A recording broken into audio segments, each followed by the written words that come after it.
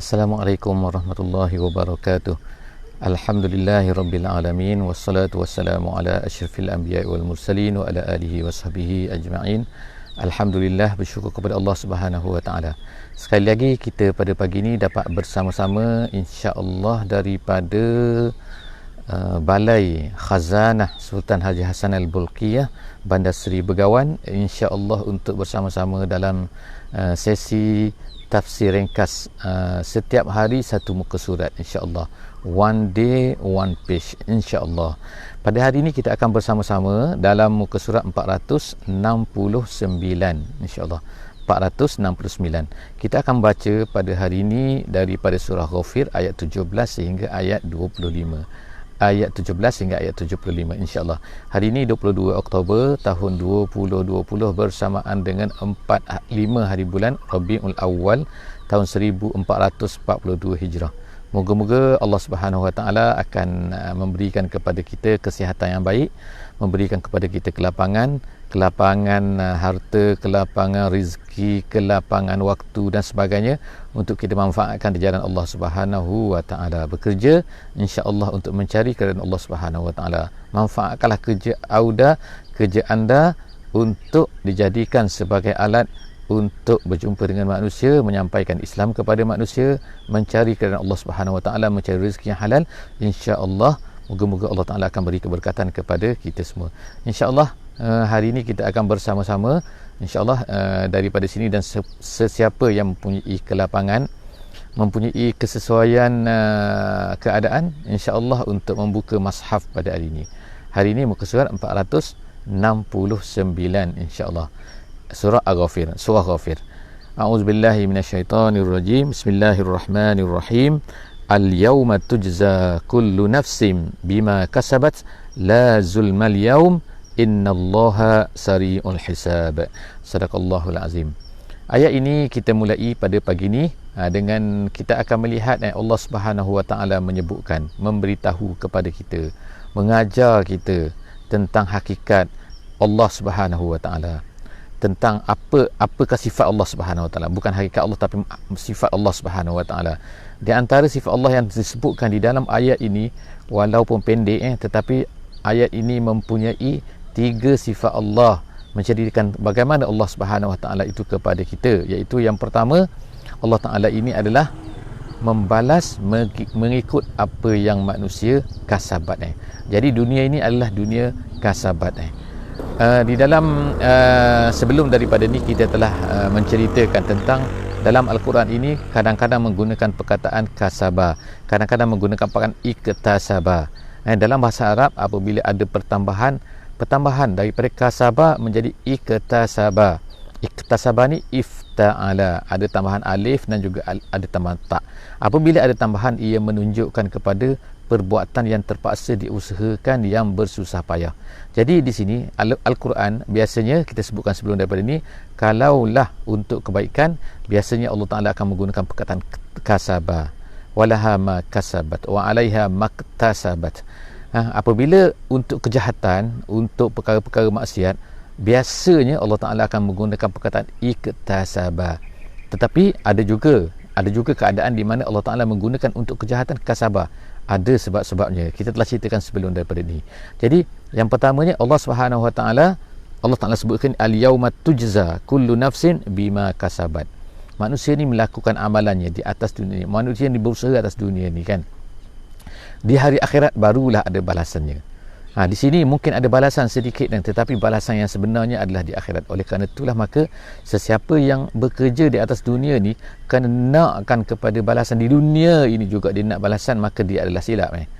Tapi Allah Ta'ala akan menyimpan. Mungkin Allah Ta'ala memberi sedikit di atas dunia ini, tetapi yang sebenarnya adalah apabila kita telah mati nanti. Bila kita telah mati, barulah Allah Ta'ala akan memberikan sepenuhnya kan. Tujza kullu nafsin. Di sana adalah tempat pembalasan. Di sini adalah tempat berusaha, tempat kita menanam, di sana tempat kita menuai. Jadi tetapi adakah masuknya syurga kita ini? Adakah mesti Allah Ta'ala ini membalas kepada kita apabila kita buat satu kebaikan? Sebenarnya kebaikan ini adalah untuk mencari keridhaan Allah Subhanahu Wa Taala. Bila kita telah mendapat keridhaan Allah Subhanahu Wa Taala, maka Allah Ta'ala akan memberikan rahmatnya. Dengan keredaannya lah maka dimasukkan kita di dalam syurga. Jadi artinya kenapa perkara ini demikian? Kerana semua perkara yang ada pada kita pada hari ini sebenarnya adalah merupakan pemberian Allah Subhanahu Wa Taala. Even tangan kita, kekuatan kita, peluh kita, usaha kita, pemikiran kita, semua tu Allah Taala yang beri. Kalau Allah Taala tak beri, kita mati. Tak adalah kita ni kan. Tapi Allah Ta'ala yang beri. Tiba-tiba dia nak balas pula kepada kita betapa limpah kurnia Allah Subhanahu Wa Ta'ala yang maha besar. Itu yang pertama. Yang kedua, Allah Ta'ala sebutkan sini kan, la zulma al-yaum, la zulma al-yaum. Tidak ada kezaliman pada hari ini. Pada hari akhirat tak ada kezaliman. Di dunia mungkin ada kezaliman berlaku. Kalau kita masuk mahkamah, kemungkinan ada saksi-saksi yang pandai, ada peguam-peguam yang pandai, kemungkinan dia pandai bercakap, pandai begini, akhirnya hakim memutuskan satu perkara. Jadi kezaliman akan berlaku kepada orang yang tidak bersalah, tiba-tiba dikatakan bersalah. Kepada orang yang tidak bersalah, orang yang bersalah tiba-tiba tidak bersalah, boleh lepas. Itu adalah dunia. Kezaliman dunia berlaku kan. Mungkin hakim sendiri zalim, mungkin peguamnya zalim, mungkin banyak kezaliman. Manusia ni zalim terhadap kawannya, terhadap saudaranya, terhadap lawannya. Jadi kezaliman berlaku. Tapi di hari akhirat tidak ada perkara yang tersembunyi daripada Allah Subhanahu Wa Taala. Allah akan bongkarkan habis-habis. Allah akan tunjukkan habis-habis.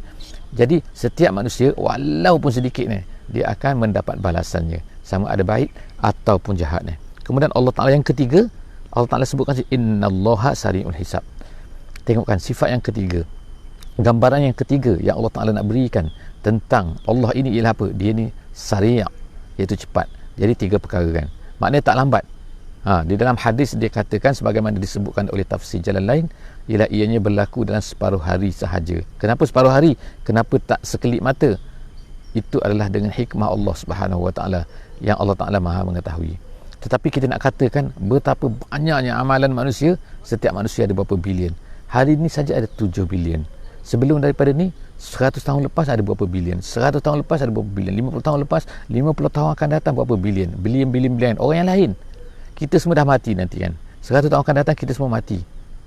Tapi orang lain yang datang, dan setiap manusia itu ada amalannya. Berapa banyak amalan manusia. Kalaulah komputer sekarang ni, kalaulah kalkulator sekarang ni, kita katakan dia ni hebat, dia boleh mengira. Tapi untuk mengira satu benda yang besar, kadang-kadang memerlukan komputer yang sangat besar. Sampai mungkin satu bangunan ni komputernya mungkin. Dulu komputernya besar, sekarang komputernya kecil lagi, tapi tak mampu juga untuk buat kerja yang besar-besar. Kadang-kadang kalau dah berjuta orang, kalau bilion orang, dia nak kira statistik apa benda kan, dia akan makan masa kan. Kadang-kadang berhari-hari, kadang-kadang berbulan-bulan, lambat untuk dapat hasil kan. Jadi manusia ni lambat. Tengok kan, nak dapatkan vaksin COVID-19 berapa lama? Dikatakan mungkin tahun depan, pertengahan tahun depan. Dah try ni tak jadi, lambat kan. Kita menanti-nantikan bila lagi kan. Kita ni nak berjalan, kita nak merayau, kita nak mengembara dan sebagainya. Tak boleh sekarang ni kan. Kenapa? Kerana COVID. Kenapa COVID ni tak selesai-selesai? Kerana belum jumpa vaksinnya. Kenapa lambat sangat nak buat vaksin? Allah Ta'ala tak begitu kan. Allah Ta'ala ni nak kira semua benda tu, amalan manusia, dia adalah sari'ul hisab. Pengiraan dia adalah cepat. Seterusnya Allah Subhanahu Wa Taala sebut dalam ayat yang ke-18. Tadi ayat 17, sekarang ayat 18. Wa anzirhum yaumal azifati izil qulubu ladal hanajiri kazimin ma lizzalimina min hamimin wala syafi'in yuta'. Allah Ta'ala sebut sini beberapa perkara lagi, iaitu apa? Allah Ta'ala minta kita ingatkan kepada manusia ni tentang apa? Iaitu tentang hari kiamat. Hari kiamat disebutkan kat sini dengan dipanggil sebagai yaumal azifah. Azifah artinya qarib. Azifah artinya ialah dekat. Dekat, iaitu satu benda yang dekat dipanggil sebagai azifah. Jadi apa maksud yaumal azifah di dalam ayat ini? Azifah di sini ada dua pengertian. Ulama-ulama tafsir mengatakan yang pertama, azifah di sini artinya ialah hari akhirat. Yang kedua, azifah di sini ialah kematian. Jadi yaumal azifah, kenapa? Kerana mati itu dekat. Kerana kiamat tu dekat. Kenapa dekat? Kerana dia ni datang ke depan kan. Kalau sesuatu yang kita tinggalkan, dia ni lambat. Dia akan makin tinggalkan kita. Tapi kiamat ni dekat. Kenapa dekat? Sedang kita menuju kepadanya. mati, kita sedang menuju kepadanya, maka dia adalah makin dekat. Setiap hari dia adalah makin dekat, kematian makin dekat. Jadi sebab itulah dia kata wa yaumal azifah. Kemudian izil qulub, pada ketika ini Allah Subhanahu taala gambarkan, iaitu apa? Izil qulub, qulub ni ialah jantung ataupun hatilah, dia kata kan, ladal hanajir, hanajir tu il hanjarah di sini, iaitu sini kan di tempat kerongkong ni. Jadi dalam bahasa Arab bila disebut sekata al-qulub ni naik kepada hanjarah, itu menunjukkan perasaan yang sangat takut.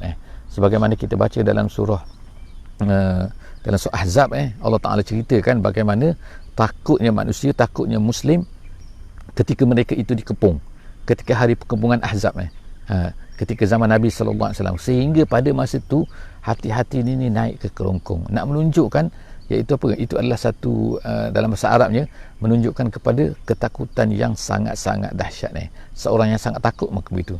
Jadi kemudian tiba-tiba kazimin sini maknanya menahan. Menahan ni maknanya jantung tu bukan sekadar nak sampai ke halkun, tapi dahsyat lagi dia nak keluar daripada mulut ni. Jadi terpaksalah kazimin tu terpaksa tahan. Iaitu apa? Kazimin ni tutup satu benda yang terbuka, yang jangan tutup, tak beri langsung dia keluar. Apa? Sebab apa? Takut, memang nak keluar betul-betul, jantung tu nak keluar. Itu menunjukkan iaitu saat yang mana manusia pada hari akhirat ni kan, dia sangat-sangat takut. Jadi sebab tu Allah Ta'ala kata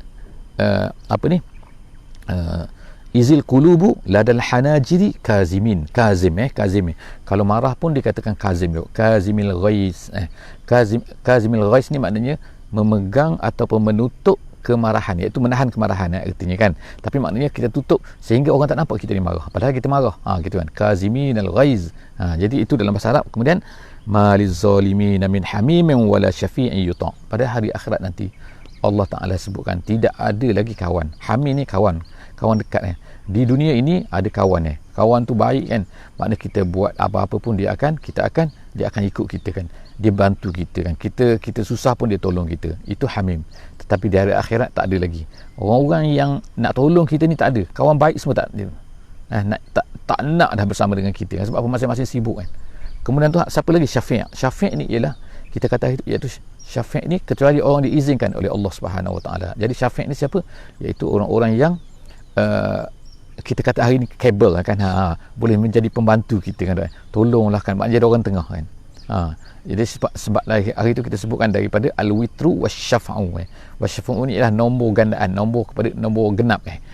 Kenapa dipanggil nombor genap tu? Asyafa'u kerana dia adalah menjadi pembantu kepada nombor witir. Jadi witir satu dia jadi dua, dia gandakan satu, jadi ditambah satu. Jadi sekarang ini manusia ni kadang-kadang kita ada kan, kita tak boleh minta sendiri, kita minta dengan tolong. Itu kita panggil dia syafi'. Jadi Allah Subhanahu Wa Taala sebutkan sini dari akhirat ni tak ada hamim, tak ada syafi' lagi, kecuali syafi' yang diizinkan oleh Allah Subhanahu Wa Taala lah, iaitu Nabi Muhammad sallallahu alaihi wasallam. Yuta' sini ialah yuta' sini Allah Taala sebutkan perkataan yuta' kenapa? Kerana biasanya syafi' ni akan menjadi pembantu. Dia akan bantu, dia akan tolong apabila kita minta tolong kepada dia. Ya'lamu kha'inatal a'yun. Allah Taala sebut ni sifat dia kan. Allah Ta'ala ni dia bersifat apa? Dia tahu apa? Dia tahu kha'inatal a'yun. Jadi ada dua. Satu ni kita panggil sebagai aminatul a'yun. Aminatul a'yun ni ialah mata yang amanah. Kha'inatul a'yun ini artinya mata yang khianat. Apa arti mata khianat? Iaitu kadang-kadang kan mata ni kadang-kadang kita memandang satu perkara kan, satu benda tetapi pandangan kita tu ada benda kan, iaitu kadang-kadang kita dia panggil itu memandang secara tidak nampak macam tak pandang tapi sebenarnya pandang. Gitu kan, nampak macam pandang benda ni tapi sebenarnya pandang benda lain. Nampak kadang-kadang tengok saja tapi sebenarnya dengan perasaan. Jadi berbeza tengok sahaja dengan perasaan. Sebagai contoh lah saya sebutkan, contoh kita katakan kalau kita kata doktor, seorang doktor dia pandang katakan orang sakit, kadang-kadang terpaksa memandang aurat, kadang-kadang terpaksa memandang orang yang nak melahirkan baby, dia lelaki kan, walaupun perempuan pun sebenarnya tak boleh juga kan, kalau ikutnya kan, tetapi maknanya memandang memandang. Doktor terpaksa memandang pesakit, memandang pada aurat, kadang-kadang memandang pada perkara-perkara yang tak boleh dilihat. Tetapi pandangan doktor pada masa tu ialah biasanya pandangan bukannya pandangan dengan hati, tapi pandangan kerana apa? Kerana nak merawat. Jadi itu bukan kha'inatul a'yun. Kha'inatul a'yun ialah pandang nampak macam pandang biasa tapi sebenarnya ada perasaan tu kan. Ada dengan itu, nama dia khianat mata jadi khianat mata ni itu satu pandangan lah, pandang tak ada mahram, tak ada pandang aurat dan sebagainya. Tapi perkara ni macam-macam lagi boleh berlaku kan. pandangan yang tidak amanah dipanggil kan. Jadi yang Allah Subhanahu Wa Taala tahu kan, dan Allah Taala tahu kan apa yang masuk ke dalam hati manusia. Wa ma tukhfis sudur, sebab dia ada kaitan kan. Mata dia ada kaitan dengan hati. Kadang-kadang pandang tapi hati tu lain, ada perasaan lain. Sebab itulah ada dekat sini kan dalam hukum fiqh, iaitu ada haram, pandangan yang haram kan, ada pandangan yang halal. Kenapa haram? Kerana kadang-kadang dia memandang tu dengan apabila ada perasaan. Dia katakan apabila berlaku fitnah tu artinya apabila ada perasaan pada hati, pandangan tu, maka pandangan itu diharamkan. Kalau tidak, maka tidak diharamkan. Kemudian seterusnya, wallahu yaqdi bil haqq, dan Allah Taala itu yaqdi itu kita panggil qadi lah kan. Qadi itu maknanya penghukum ataupun pemutus hukum ataupun hakim dalam bahasa Arabnya.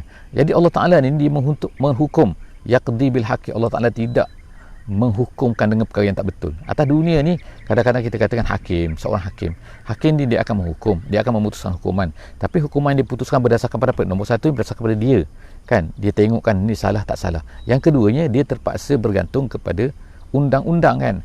Jadi kalau undang-undang tu tak betul, walaupun dia ni tu, maka dia tak dapat memutuskan lebih daripada tu kan.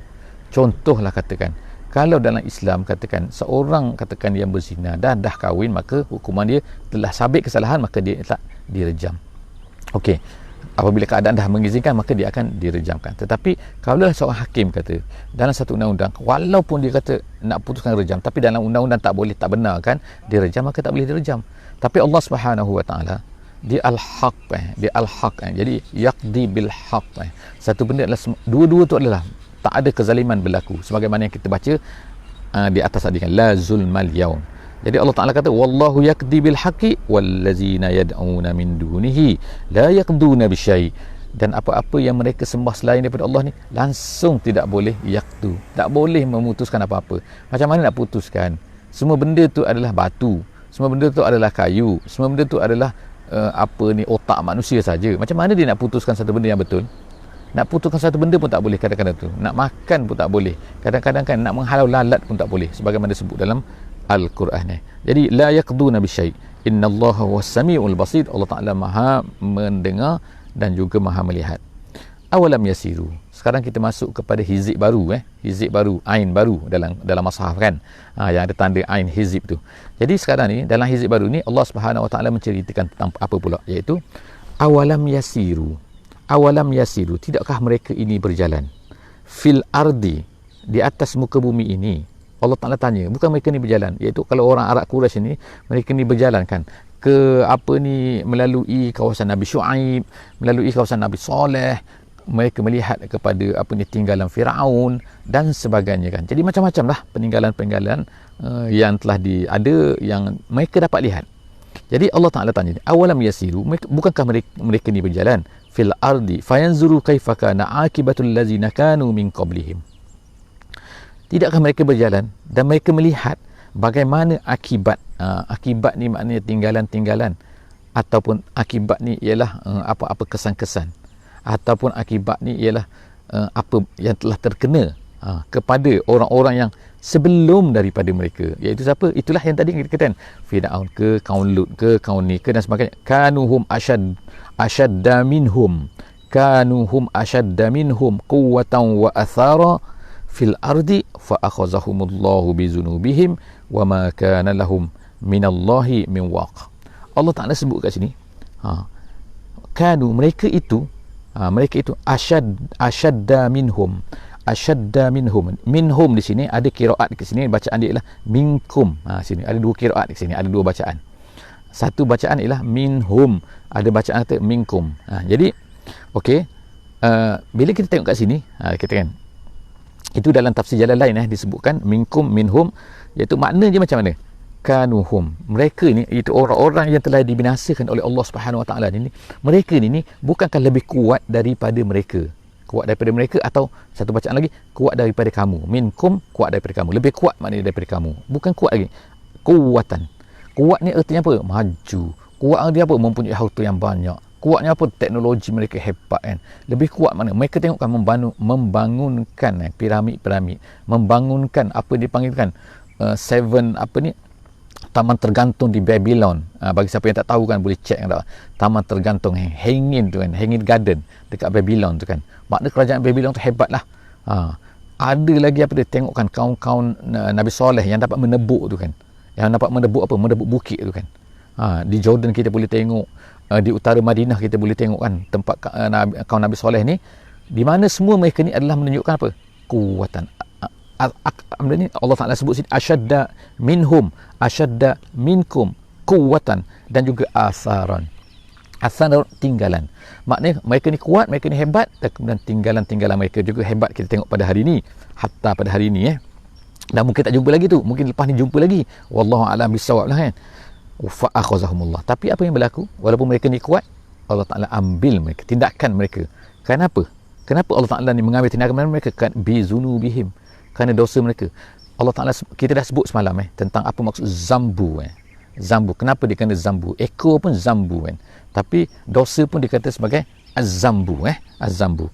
Jadi bizunubihim, zunub ni adalah plural, jamak, perkataan jamak kepada zambu, kerana dosa mereka. Wa ma kana lahum minallahi min waq, tak ada apa pun yang dapat memelihara mereka, menahan mereka, yang dapat menghalang Allah Subhanahu Wa Taala untuk mengambil tindakan terhadap mereka. Ada? Tak boleh. Bila Allah Ta'ala kata nak, maka Allah, dia akan berlaku. Kun fayakun. Seterusnya, zalika bi annahum kanat ta'tihim rusuluhum bil bayyinat. Allah Ta'ala sebutkan alasan, sebab kenapa mereka ni dihukum oleh Allah Subhanahu Wa Taala, kenapa mereka diambil tindakan oleh Allah Subhanahu Wa Taala. Kerana Allah Ta'ala sebutkan ini, kerana zalika bi annahum kanat ta'tihim rusuluhum bil bayyinat.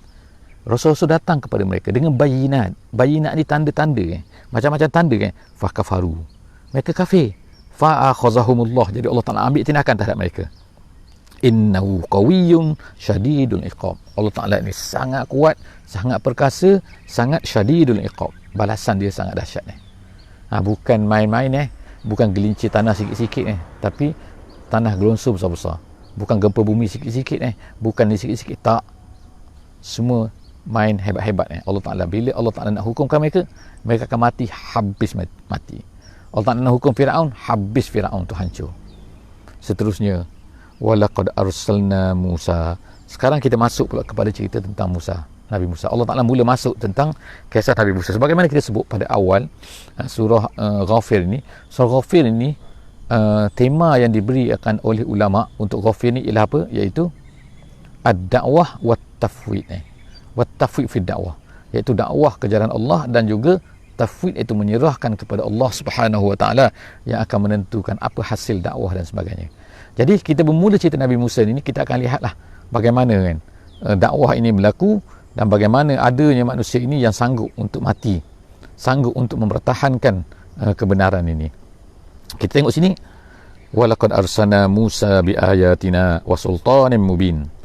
Allah Ta'ala kata, kami utuskan Musa ini dengan, yang pertama ayat, yang kedua sultan. Apa dia ayat? Ayat ini ialah tanda-tanda. Apa dia tanda-tanda yang diberikan oleh Allah Subhanahu Wa Taala kepada Nabi Musa? Iaitu 9 perkara kan. Iaitu tongkat, ada tangan dia yang menjadi putih, kemudian ada musim kemarau yang berlaku, kemudian tu laut yang terbelah, kemudian tu angin tofan, angin kuat yang berlaku, kemudian tu ada katak, kemudian tu ada kumal, iaitu kutu, dan kemudian yang terakhirnya ialah darah. Jadi kita ada apa tadi kan? Kita ada belalang, kita ada katak, kita ada tofan, ada 9 semua tis'u ada 9 tanda-tanda yang Allah Ta'ala berikan kepada Nabi Musa alaihissalam. Kemudian tu apa lagi Allah Ta'ala beri kepada Nabi Musa? Iaitu sultan. Apa di sultan? Sultan kita sebut hari itu ada 2 kan. Yang pertama ni ialah kekuasaan, yang kedua sultan ni ertinya ialah hujjah. Jadi yang disebut, maksud di sini ialah hujjah. Jadi Nabi Musa ni mendapat 2, iaitu mukjizat sebanyak 9 mukjizat, dan kemudian yang kedua ialah apa?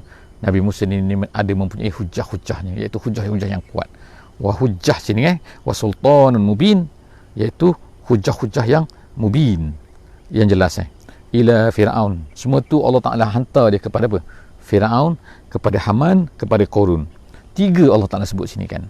Jadi ketiga-tiga ni mewakili apalah yang kita kata kejahatan yang ada pada masa itu, iaitu penguasa yang zalim yang pertama, iaitu Fir'aun, kemudian Haman, iaitu penasihat-penasihat, menteri-menteri yang jahat, dan kemudian Korun, iaitu orang-orang ekonomi yang membantu kejahatan. Jadi ketiga-tiga itu bersekongkol untuk menghancurkan Nabi Musa, untuk menghalang manusia daripada menerima dakwah Nabi Musa, untuk mengatakan bahawa Nabi Musa inilah pembohong, dan mengatakan, ya Allah Ta'ala sebut sini, mengatakan dan Nabi Musa ini apa? Sahirun kazzab. Dia ni adalah tukang sihir. Tengok pandai dia, belah laut lah, inilah macam-macam kan, bawa inilah, bawa ni darah dan sebagainya, belalang lah kan. Itu sahirun. Kemudian tu kazzab, dia ni penipu. Tengok kan. Bukan setakat sahirun.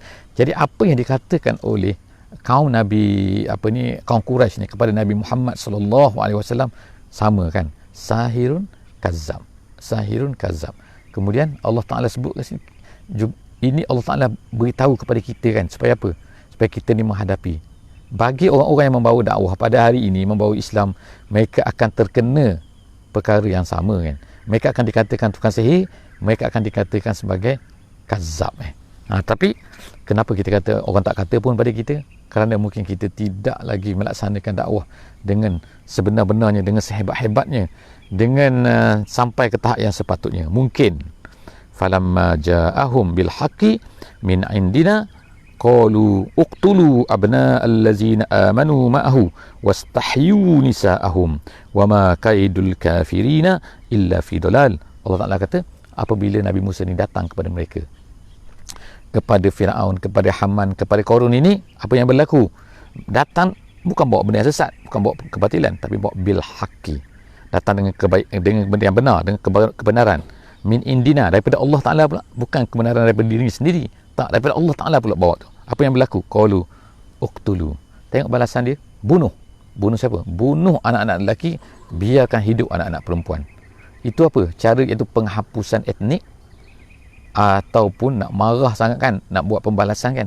Kita tengok kan, kadang-kadang kan orang tak jadi tak betul ni.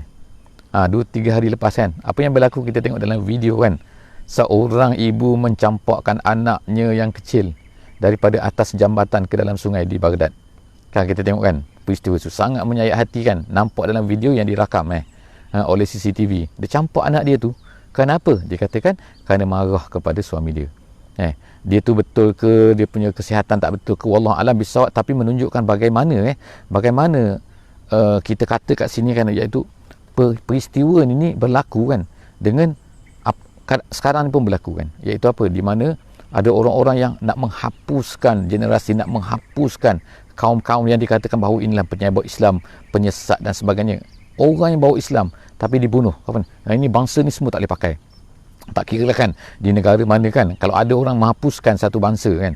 Jadi cara ni sebenarnya dibuat oleh Firaun, iaitu cara dia nak menghapuskan. Bila menghapuskan orang lelaki ni, membunuh orang lelaki, membiarkan perempuan hidup, artinya apa? Bahawa pembantaian etnik lah berlaku, kita kata kat sini kan. Kemudian wama kaidul kafirina illa fi dalal. Tapi adakah berjaya?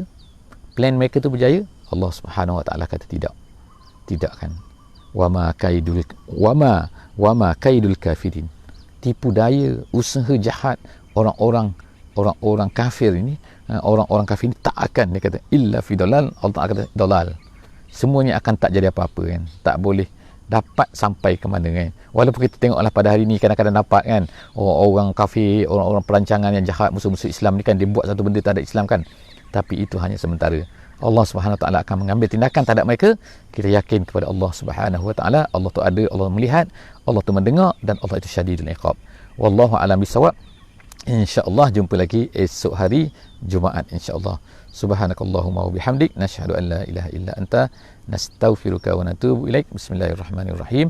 Wal asri innal insana lafi khusr illa allazina amanu wa amilus solihat wa tawasaw bil haqqi wa tawasaw bis sabr. Wassalamualaikum warahmatullahi wabarakatuh.